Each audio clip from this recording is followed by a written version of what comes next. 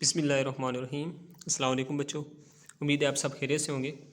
बच्चों, स्टैटिस्टिक्स का चैप्टर 7 हमने स्टार्ट किया हुआ है, जैसा कि आप जानते हैं सब। आज हमारा लेक्चर 5 है। पिछले 4 लेक्चर में हमने प्रोबेबिलिटी डिस्ट्रीब्यूशन के बारे में पढ़ा कि वो हमारे पास क्या होती है। ठीक है, नेक्स्ट जो लेक्चर हमारा बच्चों वो है कंटिन्यूस रैंडम वेरिएबल। ठीक है, मोस्ट इम्पोर्टेंट टॉपिक है और बहुत समझने वाली चीज़ है, और मैं भरपूर कोशिश करूँगा कि आपको आसान लफ्ज़ों में अच्छी तरह समझा पाऊँ। तो आप भी कोशिश कीजिएगा, फोकस करके पढ़िएगा। ठीक है बच्चों, बेसिकली हमारे पास कंटिन्यूस रैंडम वेरिएबल होता क्या है। ये वेरिएबल है, लेकिन ये होता क्या है। तो यहाँ पे मैंने लिख दिया है कि a variable lies between two numbers, ये टू लिमिट्स। ऐसा वेरिएबल जो दो नंबर्स या दो लिमिट्स के दरमियान लाई करता है।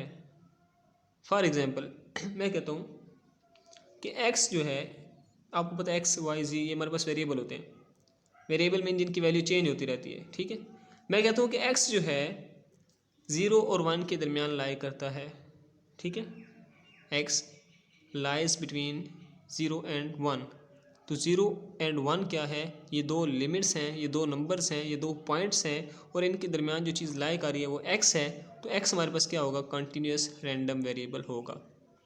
Same as it is. इसी तरह मैं आपको एक प्रैक्टिकल लाइफ में एग्जांपल अगर देना चाहूँ, मैं कहता हूँ कि यहाँ पे मैंने लिखा भी है बच्चों कि a man wants to move from Bangladesh to Pakistan. एक आदमी है जो बांग्लादेश से पाकिस्तान जाना चाहता है। उसकी लिमिट्स क्या है बच्चों, लिमिट उसकी है बांग्लादेश से पाकिस्तान, डिफाइन होगी है। मीन जाना किसने, एक आदमी ने, मैन ने।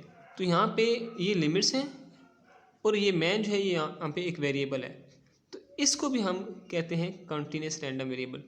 अब बच्चों अगर मैं कहता हूँ कि एक आदमी है, he wants to move from Bangladesh, वो बांग्लादेश से मूव करना चाहता है, बट मैं ये नहीं कहता कि वो कहाँ पे जाना चाहता है। मैं उसका स्टार्टिंग पॉइंट तो बता रहा हूँ कि बांग्लादेश है, उसका स्टार्टिंग पॉइंट तो बता रहा हूँ बांग्लादेश है, लेकिन उसका एंड पॉइंट मुझे नहीं पता क्या है, यहाँ पे कहाँ जाना है उसने। तो यहाँ पे इस सूरत में बच्चों वो कंटिन्यूस रैंडम वेरिएबल नहीं हो सकता, क्योंकि उसकी सेकंड लिमिट डिफाइंड नहीं है। कंटिन्यूस रैंडम वेरिएबल के लिए ज़रूरी है कि उसकी सेकंड लिमिट भी डिफाइन हो। तो इसी तरह बच्चों नेक्स्ट मूव करें, अगर हम इसको मज़ीद समझने की कोशिश करें तो हमारे पास कुछ इस तरह से डेफिनेशन बनेगी। जो definite integral is also continuous random variable. जो डेफिनेट इंटेग्रल होता है बच्चों वो भी एक कंटिन्यूस रैंडम वेरिएबल होता है। क्यों? क्योंकि डेफिनेट इंटेग्रल होता कौन सा है, वो इंटेग्रल जिसकी लिमिट्स डिफाइन होती हैं उसको हम कहते हैं डेफिनेट इंटेग्रल। ठीक है, एक इंटेग्रल हमारे पास ये होता है बच्चों, सिंपल इंटीग्रेशन। ठीक है, यहाँ पे कोई फंक्शन एफ ऑफ एक्स आ जाता है, इसको हम कहते हैं इनडेफिनेट इंटेग्रल। लेकिन डेफिनेट इंटेग्रल में क्या है, यहाँ पे हमारे पास कोई ना कोई लिमिट, जैसे मैं 0 से 1 कह दूँ, यहाँ पे उसने लिमिट बता दी कि 0 से 1 तक ही जाना है, आपने डिफाइन कर दिए, तो इसको हम कहते हैं डेफिनेट इंटेग्रल। तो ये भी हमारे पास एक कंटिन्यूस रैंडम वेरिएबल होता है। क्यों? क्योंकि इसकी भी लिमिट्स हमारे पास क्या हो गई हैं, डिफाइन हो गई हैं कि इसने कहाँ से कहाँ तक जाना है। ठीक है, I think you got my point. Next यहाँ पे मैंने लिख दिया कि डेफिनेट इंटेग्रल इस फॉर्मेशन में होता है। ठीक है, अब जो हमारा इधर मैथमेटिकली यूज़ होना है क्वेश्चन में, वो ये फार्मूला है हमारा बच्चों, माइनस इन्फिनिटी से infinity f of x d x is equal to 1। we will use the following property to find value of any constant। हम किसी भी कांस्टेंट की वैल्यू को फाइंड करने के लिए ये प्रॉपर्टी यूज़ करेंगे।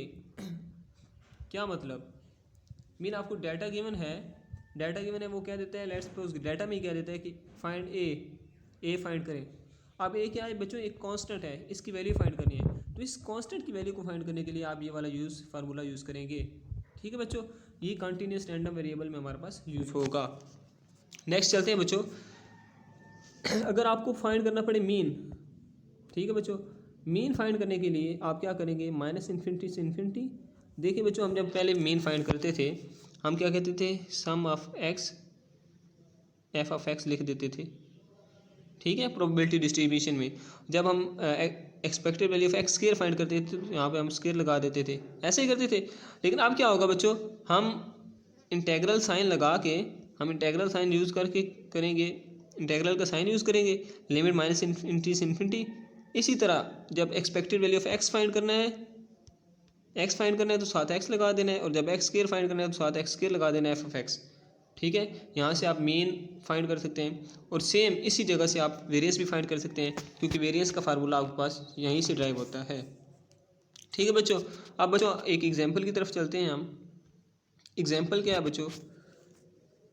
बच्चों एक बात यहाँ पे मैं बताता चलूँ, क्योंकि मैंने यहाँ पे नोट किया है, जो क्वेश्चन मैं करने जा रहा हूँ, एग्जाम्पल करने जा रहा हूँ, उससे रिलेटेड क्वेश्चन जो है ना बच्चों बुक में, वो ये हैं, बिल्कुल सेम पैटर्न पे होंगे आपके ये सारे क्वेश्चन।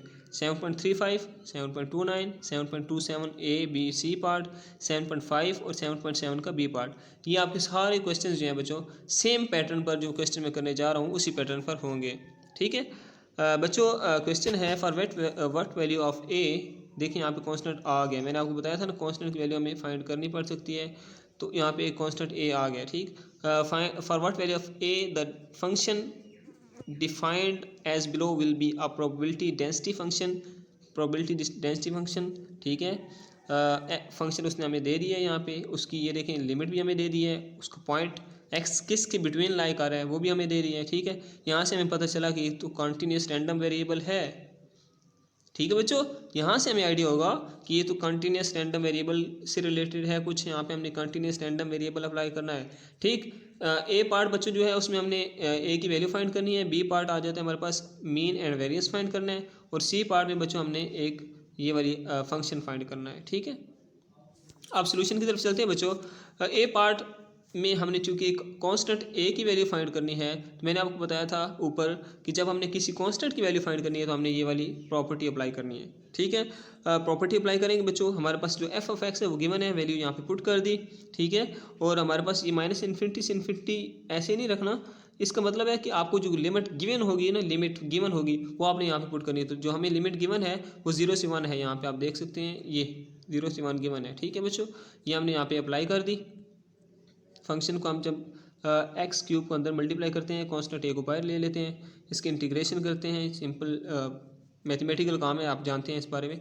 इंटीग्रेशन करने के बाद हम जब इसको चेक करते हैं तो हमारे पास ए की वैल्यू 20 आ गई। देखिए हमने कांस्टेंट की वैल्यू फाइंड की है उस प्रॉपर्टी को यूज़ करके। ठीक है बच्चों, अब चलते हैं हम बी पार्ट की तरफ। बी पार्ट में बच्चों हमने फाइंड करना है मीन। मीन हमारे पास होता है एक्सपेक्टेड वैल्यू ऑफ एक्स, और एक्सपेक्टेड वैल्यू ऑफ एक्स किसकी इक्वल है, मैंने आपको ऊपर बताया था यहाँ पे बच्चों, अगर मैं दोबारा से आपको बताना चाहूँ तो ये देखें, एक्सपेक्टेड वैल्यू ऑफ एक्स इसके बराबर है मीन लिमिट उसकी इंटीग्रेशन उसकी limits x f of x. ठीक है, यहाँ पे हम x f of x apply करेंगे बच्चों। ये देखें लिमिट इंटीग्रेशन उसकी हमने लिमिट्स अप्लाई की, x of F of x, x हमने लिख दिया, यहाँ पे एफ ऑफ एक्स लिख दिया। अब एफ ऑफ एक्स बच्चों हम जो लिखेंगे ना, एफ ऑफ एक्स में बेसिकली हमारे पास था ए एक्स क्यूब 1 माइनस एक्स। अब ए की जगह पे हमने 20 लिख दिया है, क्योंकि हमें ए की वैल्यू फाइंड कर चुके हैं। ठीक है, वही वैल्यू हम यूज़ करेंगे। अब इसको हम 20 चूँकि कांस्टेंट है बाहर आ जाएगा, इंटीग्रेशन से बाहर आ जाएगा। ठीक है, एक्स को हम एक्स और एक्स क्यूब को हम मल्टीप्लाई करके ओवरऑल इसकी इंटीग्रेशन करेंगे बच्चों। इंटीग्रेशन करने के बाद हमारे पास जो आंसर आएगा वो 2/3 आएगा। मैं ये स्टेप बाय स्टेप इंटीग्रेशन नहीं बता रहा, क्योंकि ये सिंपल स्टेप्स है बच्चों, ये आप खुद भी कर सकते हैं। और अगर मैं इन्हीं पर बहस करना ज़्यादा शुरू कर दूंगा तो वीडियो बहुत ज़्यादा लंबी हो जाएगी, लेकिन जो कंसेप्ट है ना बच्चों, वो मैं इंशाल्लाह आपको क्लियर करवा के जाऊँगा, बेसिक चीज़ें। ठीक है बच्चों, नेक्स्ट हमारे पास है expected value of x square. ये हम क्यों फाइंड करना चाहते हैं, क्योंकि हमने फाइंड करना है वेरिएंस ऑफ एक्स, और वेरिएंस ऑफ एक्स के फार्मूला में हमारे पास ये चीज़ यूज होती है। ठीक है बच्चों, तो उसके लिए हमारे पास जो फार्मूला है वो x square F of x है। एक्स स्क्वायर लिख लिया, एफ ऑफ एक्स की वैल्यू लिख ली, इनको 20 कांस्टेंट है बाहर आ गया, इनको मल्टीप्लाई कर दिया बच्चों।